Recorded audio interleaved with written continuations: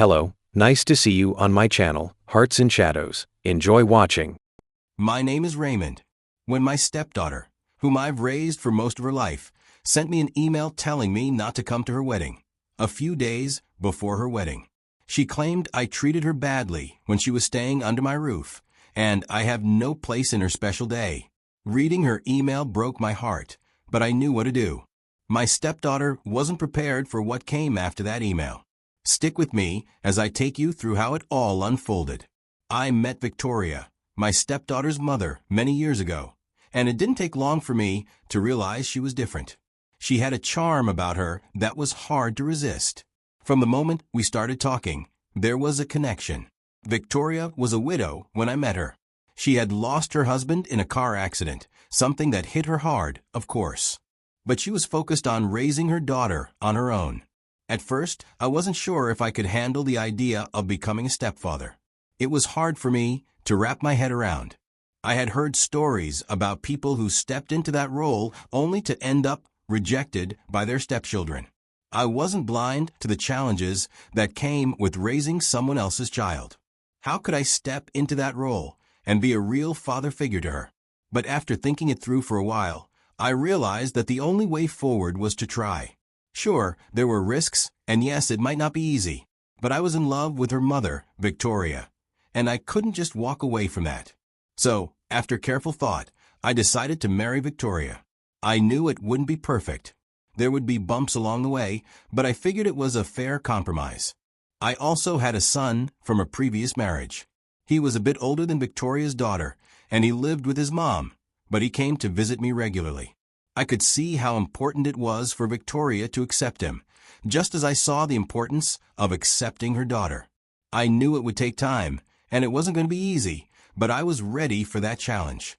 When I married Victoria, I welcomed her daughter, too. But being a stepfather, especially to a teenage girl, is no small task. I'll be the first to admit it was hard.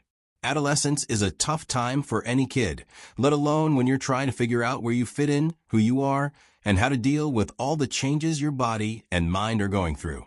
You see, she was at that age where rebellion and uncertainty start to take shape. She was trying to make sense of her world, and that often came across as anger or avoidance. I remember the early days. I could feel the tension every time I tried to talk to her. She didn't want a new dad.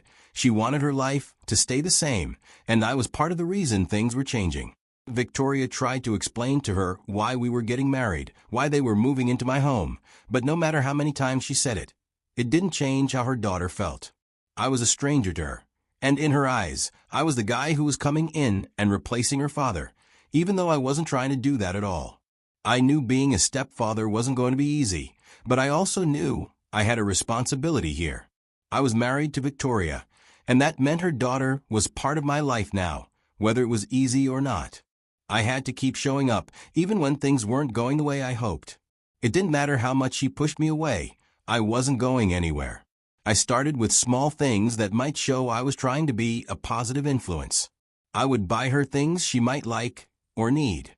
I wanted to show her that I cared, that I was trying to be a part of her life. I took one of the spare rooms in the house and made it hers. I asked her about the kind of design she wanted, what color she liked, and what kind of furniture she imagined. I made it a space that was hers and hers alone. When I finished, she didn't say much at first, but I heard from her mother that she loved it. She didn't suddenly become my daughter overnight, but I had hope. I saw that I could make a difference in her life as the kind of father figure she needed, even if she wasn't ready to see it yet. Years later, my stepdaughter was accepted into one of the best colleges around, and it was a huge moment for me. This was proof that, despite all the struggles, she was on the right track, and it filled me with pride.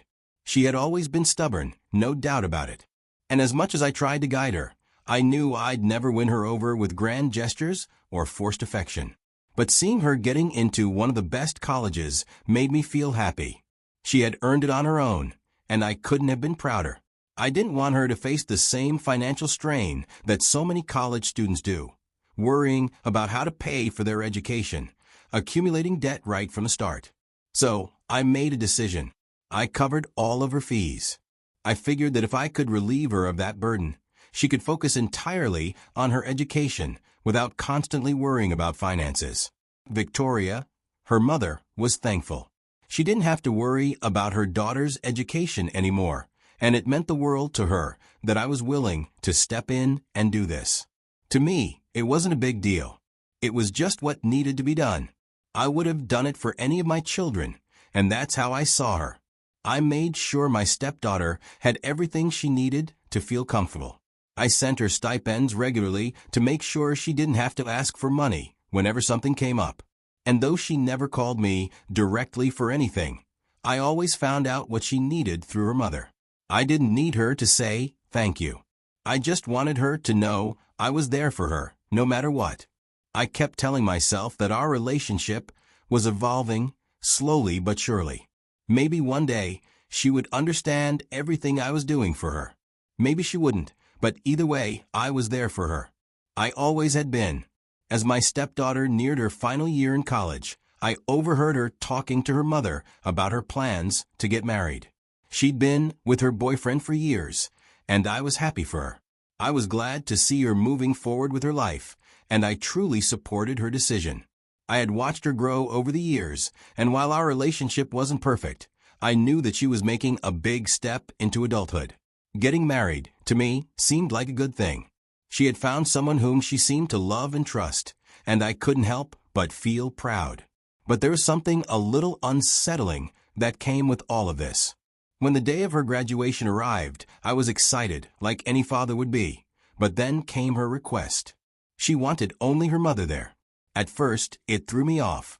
I mean, I'd been there for her in a lot of ways, helping with school, trying to be a father figure in her life, and yet she didn't want me there for such a significant milestone. I didn't take it personally, though. I could understand. She was probably trying to avoid any awkwardness. I didn't dwell on it, but it did give me pause. When the engagement became official, Victoria encouraged her daughter to bring her fiancé to our house for dinner. This was the moment when I really got a chance to size up the man who would soon be part of the family. I was genuinely curious. I wanted to see what he was like, how he treated my stepdaughter, and if he was serious about their future together. The dinner went well. The fiancé seemed well put together. We shared stories, laughed a little, and overall, the evening felt pretty comfortable. But as the evening wrapped up, I knew I needed to have a conversation with him. This was about making sure his intentions were clear and that he was truly ready for the responsibility that came with marriage. So, after dinner, I asked him to step aside. We went to a quieter part of the house, and I asked him the questions any father would ask a man about to marry his daughter. What are your plans for her? What kind of future do you see? Are you prepared for the challenges that come with marriage? These were questions meant to gauge his level of maturity and seriousness. I could see that he took the conversation seriously. He answered thoughtfully, and his responses reassured me that he was, in fact, a good match for my stepdaughter. He seemed like a solid guy, but I knew that starting out on a good footing meant more than just having good intentions. It also meant being supported. I recognized that he had just graduated from college, and like many young couples, the financial side of things could be a struggle. So, after our talk, I offered him some help. I told him I'd be happy to support him as he began this next chapter with my stepdaughter. I could tell he appreciated it, though he didn't ask for anything directly. I just wanted to make sure he felt that he wasn't alone in this new life he was starting. As the wedding preparations continued, I remained involved, quietly helping behind the scenes. The fiancé was still figuring out the logistics of paying for everything. Weddings are expensive, and I knew they were facing challenges with things like the venue and other wedding-related costs. I didn't hesitate when I saw an opportunity to help. Victoria came to me asking for financial assistance, and I provided it without a second thought. I wanted to make sure everything went smoothly for my stepdaughter. She deserved to have the wedding of her dreams, and I wasn't going to let money stand in the way. I just wanted to be there for her, just as any father would. But the more I helped, the more I realized how much I was doing. I was organizing things, providing funds, handling arrangements in the background, and doing it all quietly. It didn't feel like much at the time, but looking back, I see how much I was invested in making sure their future started off on the right foot. I didn't want any financial or logistical hiccups to get in the way of what should have been a happy time. It felt good to be part of their lives like this, helping where I could, offering advice when needed, and doing what I thought was right for the family. Even though my stepdaughter and I had our differences over the years, this was my way of showing her that I was there for her, no matter what. One of the first things I noticed was that her fiancé was having trouble with his credit score, making it hard for them to get the kind of loan they needed for their future home. I knew I could help, so without hesitation, I offered to co-sign their loan. I believed them, and I wanted them to have a strong start. I wanted to make sure that they didn't have to stress about money at the beginning of their life together. Then there was the car.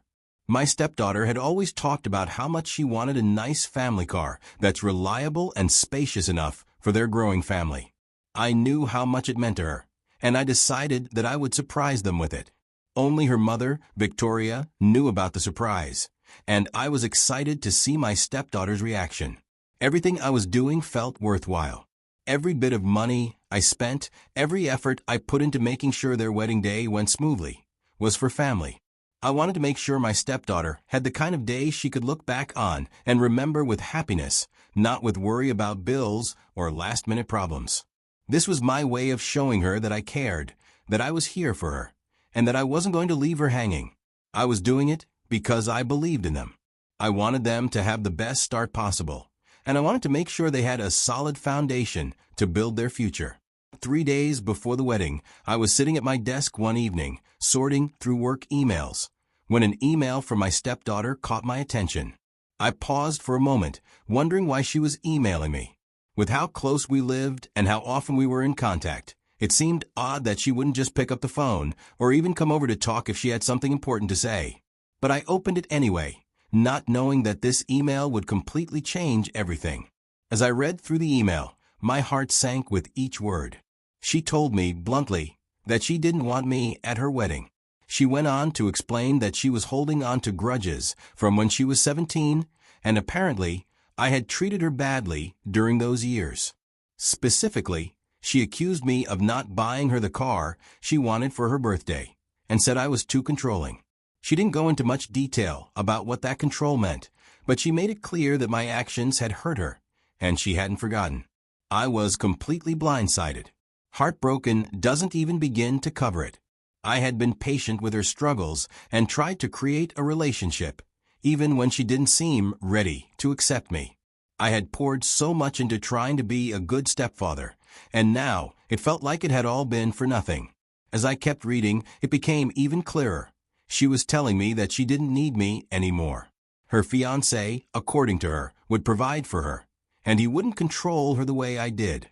Her final line was, "I don't need anything from you," she said. "You can watch the wedding through a live stream." That was it.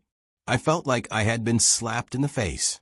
All of my efforts, my sacrifices, and my love, completely dismissed in a few cold lines. I was left staring at the screen, struggling to understand how everything had gone so wrong. How could she feel this way? How could she hold onto such deep resentment after everything I had done for her? I had tried so hard to be the father she didn't have, and now it seemed like none of it mattered. I didn't know what to do next, but I couldn't just ignore it. I had to talk to her mother, Victoria. Even though I knew this wasn't going to be easy, I showed her the email, and she was just as upset as I was. She called our daughter immediately, trying to understand why she would make such a decision, why she would push me away like this on such an important day. But when she picked up the phone, she didn't back down. She stood firm in her decision and refused to change her mind. At that moment, I realized I had to respect her wishes. As painful as it was, I decided not to go to the wedding. I wasn't going to cause a scene, and I wasn't going to beg her to accept me. She had made her choice, and I had to accept that. It didn't make it any easier, though. The thought of missing out on one of the biggest moments in her life, a day I had hoped to be a part of, was crushing. But what else could I do? I couldn't force her to accept me, and I wasn't about to beg for a place in her life. I decided to step back, respect her decision, and quietly stay away. Even though the pain was sharp, I didn't let it show. I couldn't act impulsively, as much as I wanted to. I knew that the right thing wasn't to lash out or cause a scene. I wasn't going to make her wedding day about me. So, I decided to take a step back, quietly, and show her the consequences of her actions without saying a word. I didn't cancel the financial contributions I'd already made. That would have been a dramatic move, and it wasn't necessary. The money had already been spent, and I didn't need to make a spectacle of it. But what I could do was subtle, quietly withdrawing my support in a way that wouldn't be obvious right away. I withdrew my signature from the couple's home loan. It wasn't something I'd done lightly, but after everything I couldn't, in good conscience, continue to back them financially when she had made it clear that she didn't want me involved in her life anymore. It was a quiet move, and I made sure no one would notice it immediately. The fiancé wouldn't realize the withdrawal until later, after the wedding. I also canceled the car payment, the one I had planned to surprise them with. But with her actions, I felt like I no longer had a place in her life, and I couldn't continue with that gesture. It was hard, especially since I had already made the payment, but I knew it was the right call. The wedding went ahead without me. Victoria noticed the absence of the car eventually, but she didn't ask any questions. She had to know why I didn't bring it, but we never talked about it. I didn't want to add more fuel to the fire, and neither did she. I made the decision that my stepdaughter was no longer welcome in my house. It wasn't a decision I made lightly, but I was resolute. I couldn't pretend to be a father when she didn't see me as one. I didn't want her to feel like she could walk in and out of my life at her convenience. A month went by, and things changed in ways I hadn't anticipated. The couple, now married, began facing financial difficulties that were directly tied to the things I had done for them. There were payments I'd covered, bills I'd paid, and things I'd co-signed that were left unfinished. Without my full backing of my help, they were left scrambling. It was tough for them, but it wasn't my problem anymore. That's when my stepdaughter swallowed her pride and tried to reconnect. First, it was through Victoria, who came to me with her daughter's message. "She wants to talk," Victoria said, trying to soften the blow. I stopped her right there and made it clear to Victoria that I wouldn't entertain this. She couldn't defend her daughter, and I wasn't about to let her. Victoria tried again. She went behind my back, thinking maybe I'd change my mind, but I had already blocked my stepdaughter's number. I wasn't going to be manipulated or pulled back into something that had already caused me too much pain. Then, one day, out of the blue, she showed up at my door. She was standing there, on the other side, asking for forgiveness. She begged for a chance to make things right. But my decision had already been made. I was firm. "Leave," I said, "and don't come back." I wasn't going to open that door again. She kept reaching out, though. Not directly, but through her husband's phone, sending message after message, asking for forgiveness, pleading for another chance. But I wasn't going to budge. The hurt was still fresh, and I wasn't ready to let go of what had happened. As I sit and reflect on everything that happened, the pain of being rejected by someone I treated as my own is still sharp. It's something I wasn't prepared for. I think about our relationship a lot. I wanted to be a father to her, even though I knew it wasn't my place. But she didn't want it, and that stings. I'm not saying I won't ever forgive her. That's the thing about forgiveness. It's not something you can force, and it's not something you give out of obligation. I may forgive her someday, but I'm not ready to do that just yet. Right now, I need the space to heal. The whole situation has made me think about family, sacrifice, rejection, and what forgiveness really means. Sometimes, no matter how much you try, no matter how much you give, you can't change someone's mind. You can't make someone see you the way you see them.